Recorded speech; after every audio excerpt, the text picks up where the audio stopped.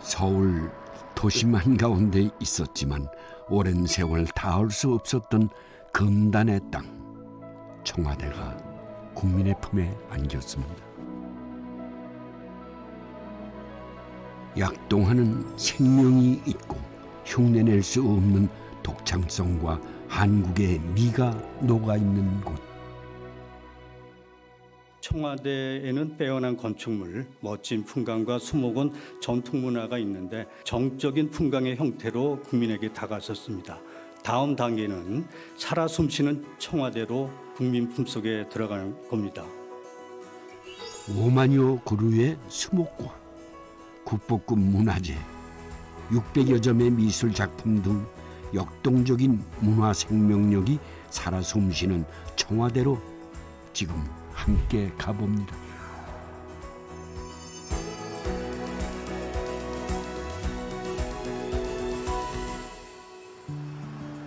시민에게 활짝 열린 청와대. 설레는 발걸음이 정문 앞에 다다르면 그곳에서 듬직한 수문장을 먼저 만나게 됩니다. 길 좌우에 꼿꼿이 서서 오가는 이를 호위하는 22그루의 소나무 반송입니다. 가지를 고루 뻗은 둥그스름한 모습이 마치 소반 모양을 닮았다 하여 이름에 소반 반자를 쓰지요.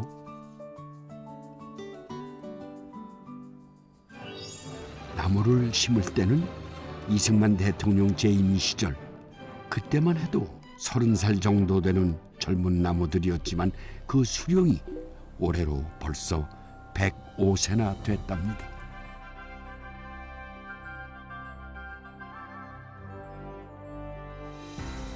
백살이 넘은 반송의 호의를 받으며 정문을 통과하면 대정원을 품은 본관이 눈에 들어오는데요.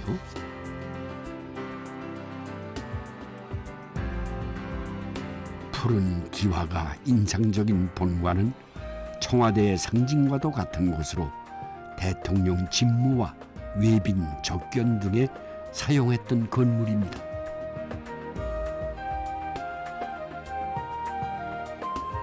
도시의 건물이 그려내는 직선의 스카이라인과 대정원의 나무들이 어울려 만들어내는 곡선이 묘하게 잘 어우러지는데요. 청와대를 방문했던 국빈들이 마주한 서울의 풍경이 바로 이러했겠죠. 정문 앞에서 시작되는 직선 축은 대정원 본관 북악산으로 곧게 이어집니다. 그 가운데 위치한 대정원의 둘레에는 수십 그루의 나무들을 빼곡히 심어 놓았는데요. 여기엔 미적인 기능보다 더 중요한 기능이 있었습니다. 그 앞에 가운데 보면 두 주가 아주 거대한 소나무가 딱 두 주가 열병서에 서 있고 그 주변 부위에 그보다 작은 소나무들이 이제 서 있어요. 그 뭘 의미하는가 하면은 이제 세계 공통적으로 나타나는 현상인데 보안상의 문제 때문에 그렇습니다. 정문에 들어오면서부터 건물 안이 본관 안이 들다 보이면 안 됩니다. 보안상. 그래서 그거를 시각적으로 차단하기 위해서 그 주변 부위에 소나무를 사지사철 소나무를 심어서 못 들여다보도록 그렇게 해놓은 거죠. 그게 청와대의 어떤 대통령이 있던 본관의 어떤 그 상징하고도 직결되는 그 양식이라고 할 수 있습니다. 사실 우리나라의 조경 역사는 청와대와 관련이 깊은데요. 우선 한국 조경이 어떻게 해서 탄생됐는가? 기원이 청와대에 있습니다. 바로 박정희 대통령인데요. 박정희 대통령이 제2차 경제개발 5개년 계획을 추진하는 가운데 이제 산업화를 진행하면서 어떤 훼손된 자연의 복원, 복구, 나아가서 국토를 보존하는 것이 굉장히 필요하겠다 이렇게 인식을 하고 1972년 5월 10일에 청와대 제1경제수석실에 조경 건설 담당 비서관을 직제를 도입을 하게 됩니다. 조경 담당 비서관 임명을 계기로 한국 조경은 발전하기 시작하는데요. 1972년 12월엔 국내 대학의 최초로 조경학과가 만들어지게 됩니다. 국토의 합리적 개발과 보존을 위한 조경 전문가를 양성할 목적이었죠. 이게 1973년도부터 전국 대학의 교육이 이루어졌으니까 청와대가 오늘날의 모습을 갖춘 것은 1993년도입니다. 한 20년간의 갭이 있는 거죠. 비로소 정규 조경학과 전문가들이 청와대에 조성하는 데 참여할 수 있었다. 그분들이 많은 기여를 했다. 이와 같은 맥락에서 봤을 때 청와대 조경과 한국 조경의 역사는 밀접한 연관을 가지고 있다고 생각할 수가 있습니다. 네, 한국 조경이 태동한 그 해로부터 50년이 지난 2022년 청와대는 국민의 품에 안겼습니다. 5만여 그루에 달하는 나무가 자라고 있기에 이미 대한민국 최고의 수목원이나 다름없는 청와대. 경내 크고 작은 정원과 우거진 숲은 도심 속 허파 역할을 하고 있는데요. 작년 10월 청와대의 노고수 6그루가 천연기념물로 지정되면서 청와대는 역사성이 함축된 공간으로서 그 가치를 더욱 인정받게 되었습니다. 나이가 한 250여 년 된 이런 회화나무인데 이게 그러니까 옛날 선비의 공간이나 혹은 또 이런 관공서 같은 데 심는 나무 중에는 대단히 중요한 나무고 또 품위가 있는 나무라고 이렇게 말씀드릴까요? 그러니까 이 청와대 공간에 어떤 의미를 부여할 수 있는 나무가 바로 이 회화나무라고 이렇게 말씀드릴 수 있겠네요. 녹지원 인근 숲의 경계를 따라 늘어선 회화나무 3그루는 숲에 있는 나무 중 가장 키가 큰데요. 경복궁 후원의 본래 식생을 추정할 수 있는 주요 수종으로 앞서 천연기념물로 지정된 창덕궁 회화나무군과 비교해도 손색이 없고 생육 상태가 양호합니다.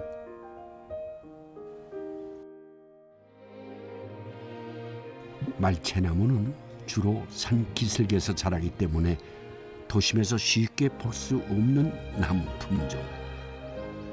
현재까지 천연기념물로 지정된 사례가 없기 때문에 해소성이 있는데요. 한옥인 상춘제에 자리한 채 고즈넉한 한국의 미를 더해주고 있습니다. 경내에서 가장 아름다운 정원으로 알려진 녹지원. 이곳의 터줏대감인 반송은 가지를 사방으로 기세 좋게 뻗고 있는 데다 수영이 특히 아름다워 청와대를 대표하는 노거수로서 손꼽히는데요. 국내외 귀빈들의 기념 촬영 장소로 활용되어 온 녹지원의 상징이기도 하죠.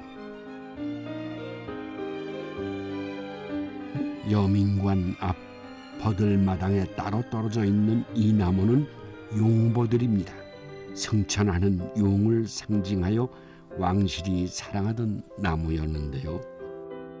경복궁 후원 지역의 습지와 관련이 있는 생태학적 희소성을 지닌 수종입니다.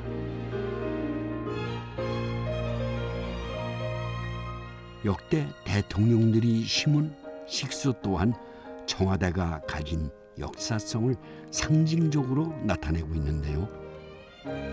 현재 확인된 청와대 일원의 대통령 기념식 수는 35그루입니다.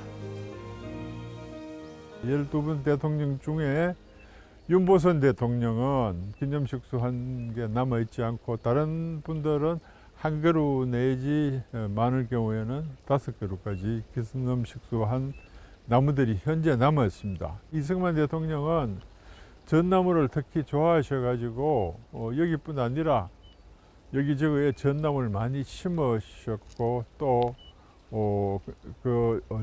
전나무를 국민한테도 심기를 강조를 하셨습니다. 왜 그랬겠습니까? 이 나무 보시는 대로 나무 자람이 똑바릅니다. 그래서 쓰임이 많을 것 같으니까 이 나무 심기를 강조를 하셨습니다.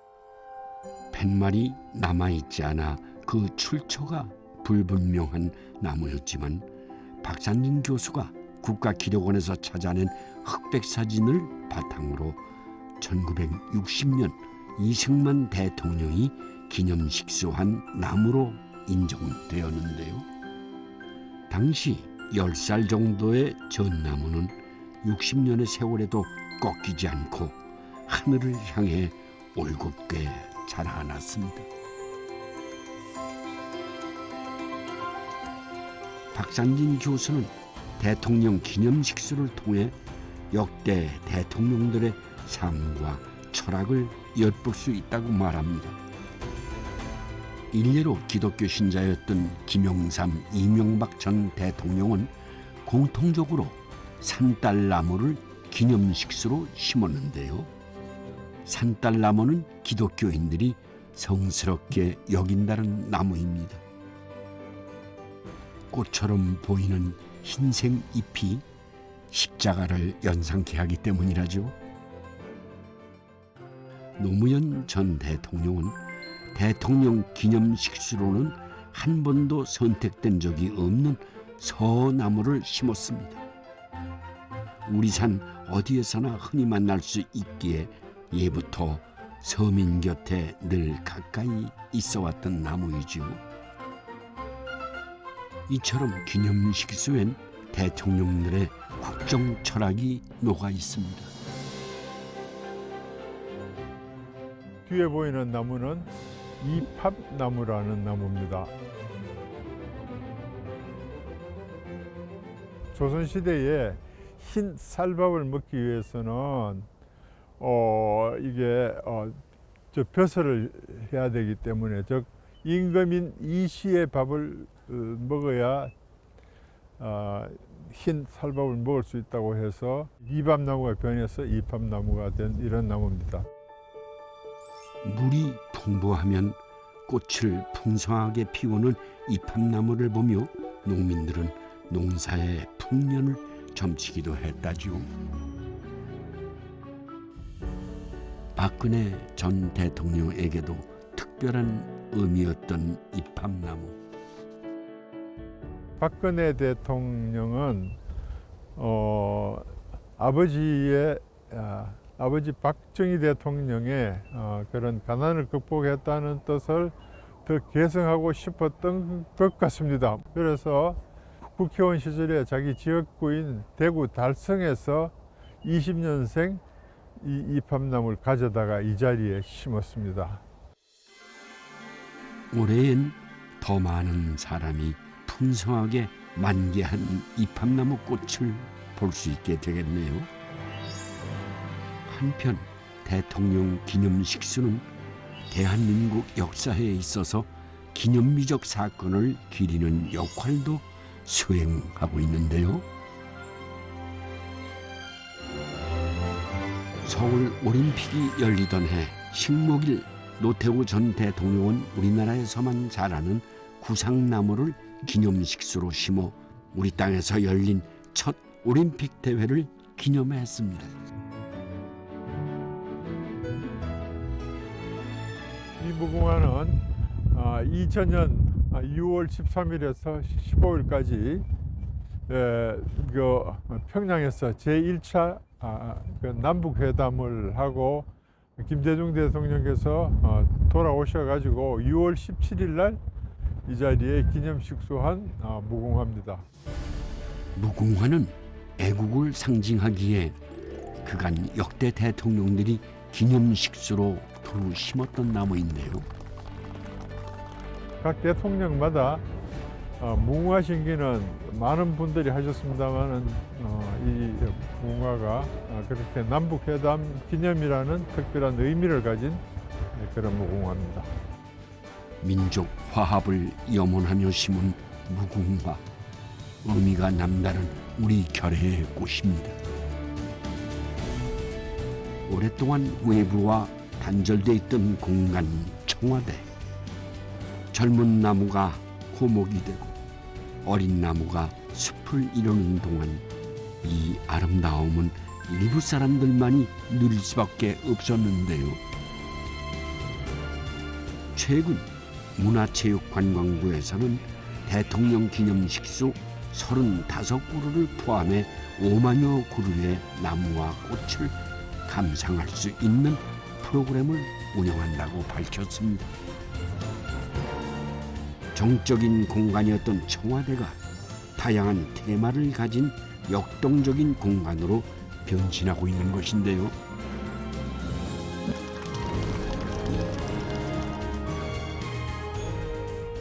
가장 민주화된 형식의 양식이 바로 백악관이라고 할 수 있습니다. 왜냐하면 시민과 백악관이 바로 쳐다보고 안에서 그 하는지 다 이렇게 볼 수 있는 이런 상태니까요. 그러나 우리 청와대나 유럽의 뭐 버킹엄, 마드리드 궁, 뭐 에리제 궁 전부 다 불가능합니다. 단절 딱 되어 있습니다.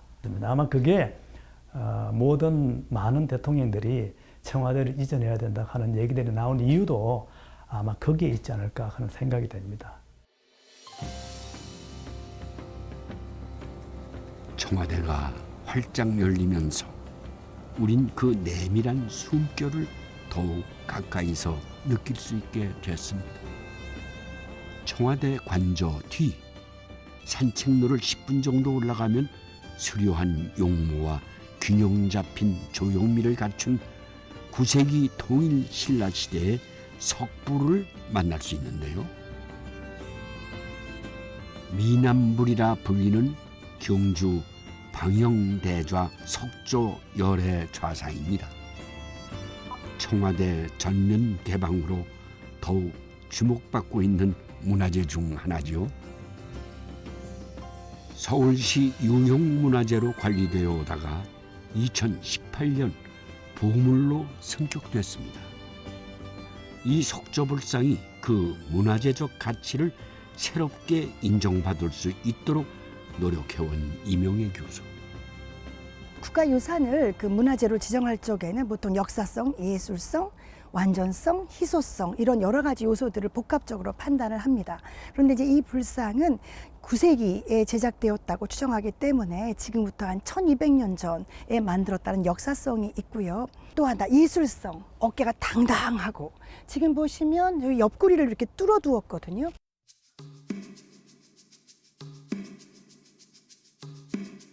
사실 돌조각은 옆구리를 뚫다가 이 팔이 한번 떨어지면 다시 시작해야 됩니다. 그럼에도 불구하고 저 옆을 저렇게 뚫어둔 것은 저렇게 뚫으면 훨씬 상이 입체감 나게 보이거든요. 경주 남산 약수골에서 발견된 석조 열애 좌상은 청와대 불상과 쌍둥이처럼 닮았습니다.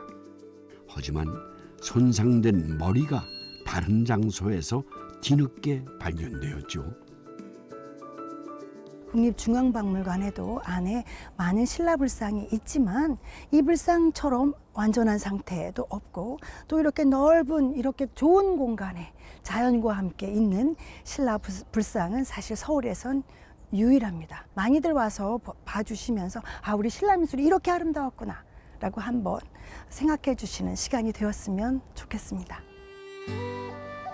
청와대엔 서울시 유형문화재로 지정된 전통 가옥이 2채 있습니다. 그중 하나가 침류각이죠. 흐르는 물을 베개로 삼는다는 아름다운 뜻을 지니고 있는데요. 정면 4칸, 측면 2칸 방으로 지붕은 옆면이 8팔자 모양과 비슷한 화려한 팔짝 지붕이 돋보이는 한옥입니다.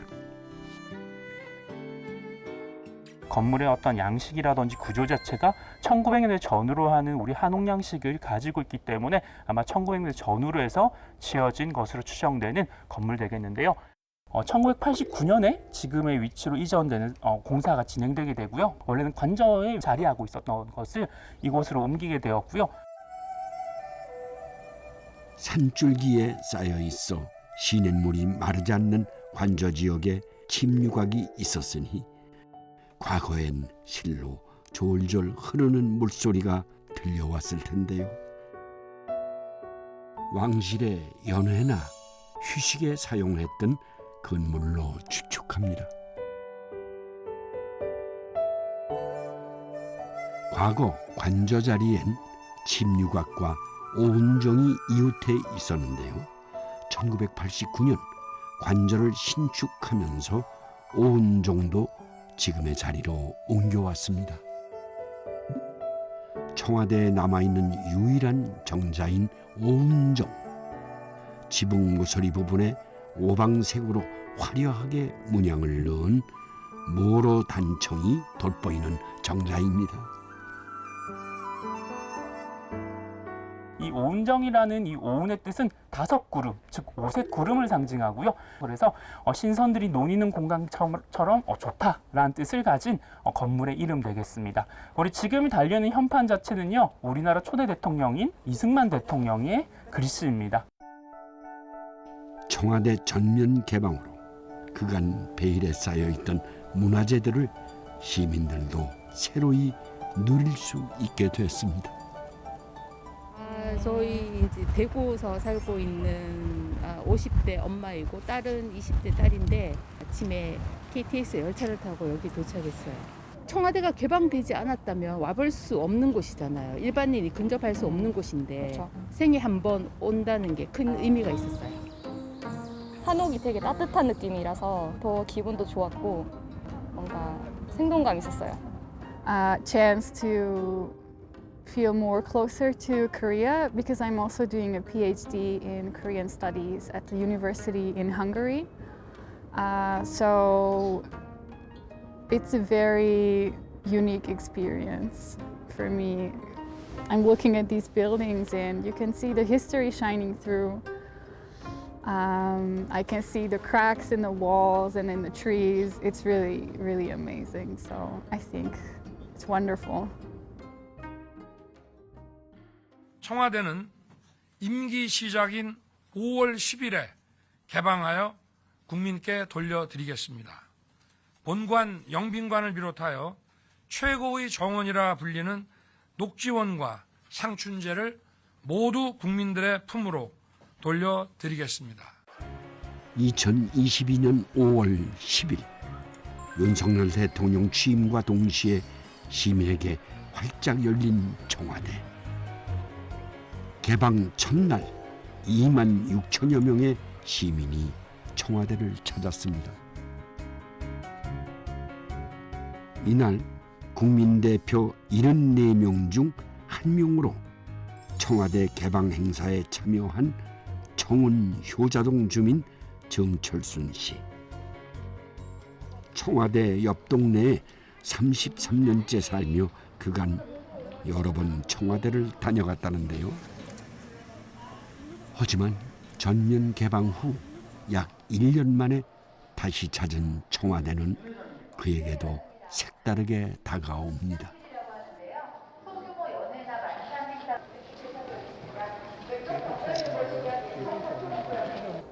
작년에 그 개방 시에는 저희들이 이 본관 입구에서만 안에를 볼 수밖에 없었어요. 그 당시에는 완전 개방이 안 됐기 때문에. 근데 지금 오늘 이렇게 1년 만에 다시 와서 이 본관 내부를 이렇게 둘러보니까 그렇게 화려하지 않고 그러면서도 고급스러운 그런 분위기를 느낄 수가 있네요. 보고 오늘 또 귀한 그림, 이런 한반도를 나타낸 이런 귀한 그림도 볼 수 있었고, 워낙 경내가 아름답기 때문에 그동안에 못 왔던 우리 국민들이 많이 찾아오실 것 같은 그런 느낌을 받고 합니다.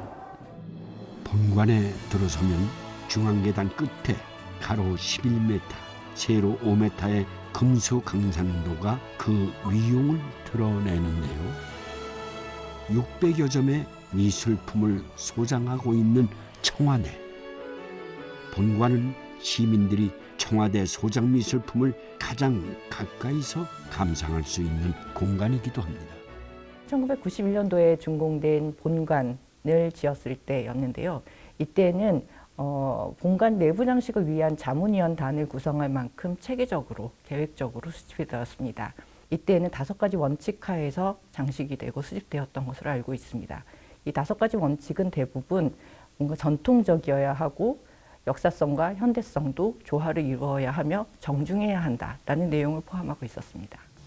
1991년 준공된 청와대 본관은 대통령의 공간을 상징하는 역사적 장소로 노태우 대통령 이후 역대 대통령들의 공식 직무와 외빈 접견을 위해 사용해 왔다는데요. 한국적일 것, 전통적일 것, 현대와 적합할 것, 역사적일 것, 정중할 것, 이 5가지 기준으로 엄선한 미술품이 본관을 장식하고 있습니다. 전통적 건축 양식, 우리가 지은 청와대 새 본관을 준공하게 된 것을 국민 여러분과 함께 참으로 뜻깊게 생각합니다. 본관에는 금수강산도와 함께 눈여겨보면 좋을 작품이 있습니다. 천장을 장식하고 있는 천상열차 분야 지도인데요. 조선 건국 직후인 1395년 태조의 명에 따라 석판에 새긴 천문도로 국보로 지정돼 있습니다. 그 천문도를 본관 천장에 재현한 것인데요.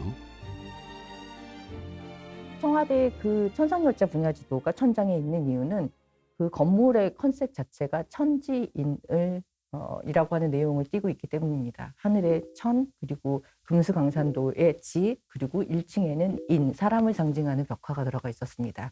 사람을 상징하는 벽화는 지금은 볼 수 없는데요. 수렵도와 행렬도가 양쪽 벽면에 장식되어 있었습니다.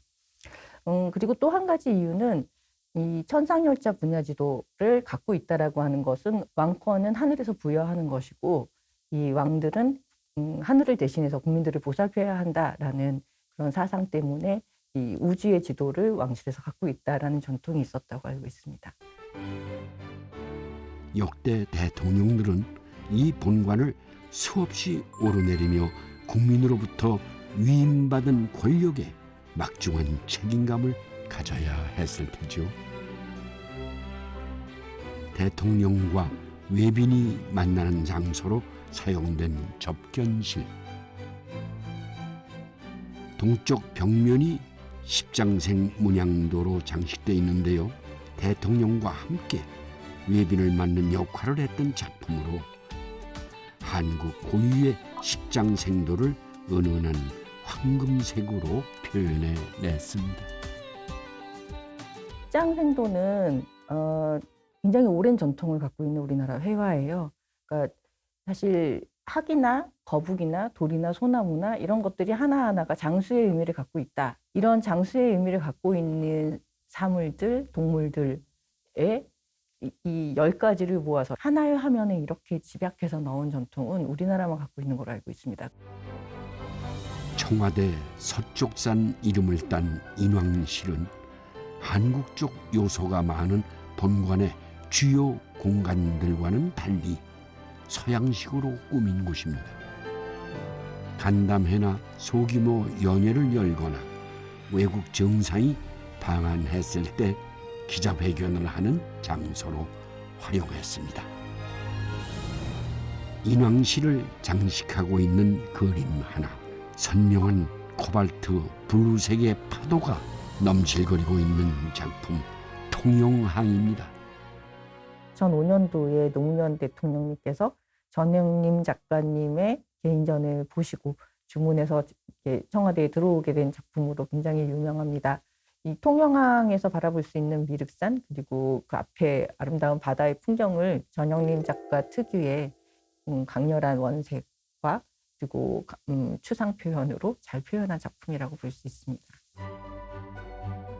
90세였던 전영림 작가가 인왕실 벽면 길이에 맞춰 완성한 대작. 해양 강국을 꿈꾸던 노무현 전 대통령이 아끼던 그림으로 알려져 있습니다. 영빈관은 대규모 회의와 외국 국빈들을 위한 공식 행사를 열었던 건물입니다. 78년도에 영빈관이 준공이 되었는데요. 이때 박정희 대통령께서 박강진 작가에게 영빈관의 벽면에 장식할 수 있는 사계절의 풍경화 그림을 그려달라고 요청을 하셨다고 하세요. 이때 제작된 작품은 높이가 2m 50이 넘고 폭이 160에 달하는 굉장히 큰 풍경화입니다. 외국 국빈들은 영빈관의 사계절 풍경화를 보며 한국의 아름다운 자연을 간접적으로나마 감상할 수 있었을 겁니다. 청와대 소장 미술품들은 그 자체로 뛰어난 예술작품일 뿐만 아니라 중요한 역사적 순간들을 빛내주는 배경이 되어주기에 그 가치를 더욱 높게 평가하는데요. 청와대는 역사적, 경관적 가치 외에도 이미 귀중한 문화재와 예술품들을 두루 보유하고 있는 대한민국 랜드마크의 역할이 기대되는 곳입니다.